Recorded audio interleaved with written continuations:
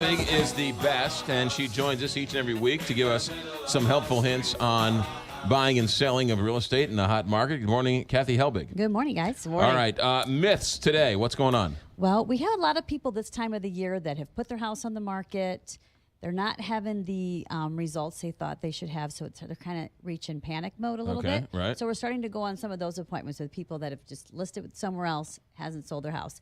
And a lot of the things that we're running into, it really does boil down to mindset of the seller and being educated and understanding how to price a home. I would think if you put your house on the market and it doesn't sell in the first week, all of a sudden, what's wrong? Oh, my goodness. Well, and that is kind of the mindset of buyers right now, and sellers don't understand that. So sellers think right now in this market, everybody should be making a ton of money. Right. And that's not necessarily the case. So what I'm seeing is a lot of the times, a lot of the appointments that we're going on, some of these houses were bought originally in 2006, 2007, 2008, Right. which was the peak of the market. So what people aren't understanding is they paid way over value for a house way back then. Then the bottom dropped out. So now they're way undervalue for a long time. Right. And we've been creeping our way out of the basement. So we're just now kind of getting back to what we're seeing if it would have been a normal regular slow appreciation rate. If you looked at like a bar graph, Right. we're kind of getting to be about where we were in 2006-ish, 2005, 2006. Right. So sometimes you're not going to make money on that house, even though you've sat in it for 10, 12 Right. years. Right. They also think that if you price your house high in this market, you're going to be Right. successful because everybody's selling houses right now.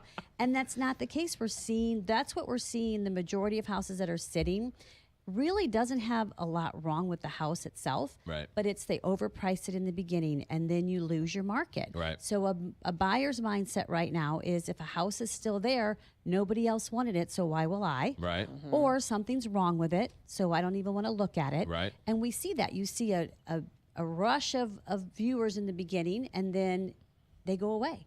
And so you think, well, I'll change the price then later. It's not the same as coming out in your sweet spot. Also, people think you have to price to negotiate big. Not in this market. I'd have a different conversation with you 3 or 4 years ago. Right. Because, yes, the expectation was to negotiate.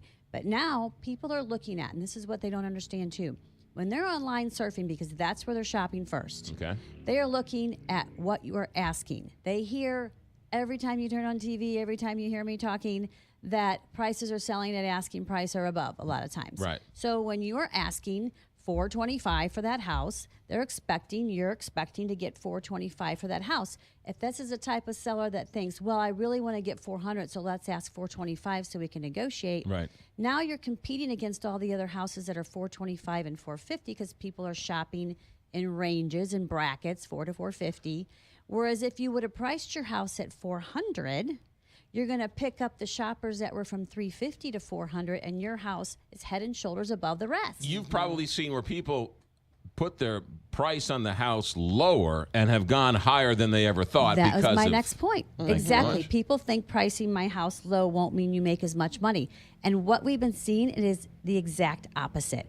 And it's so hard for people to trust us when we come in and tell them this strategy, Right. because they immediately jump to the conclusion of, you just want to underprice my house so you can sell it fast. Right. And that is not the case. I'm serious. I hear that. I either hear it or I see it in their eyes. I mean, you know?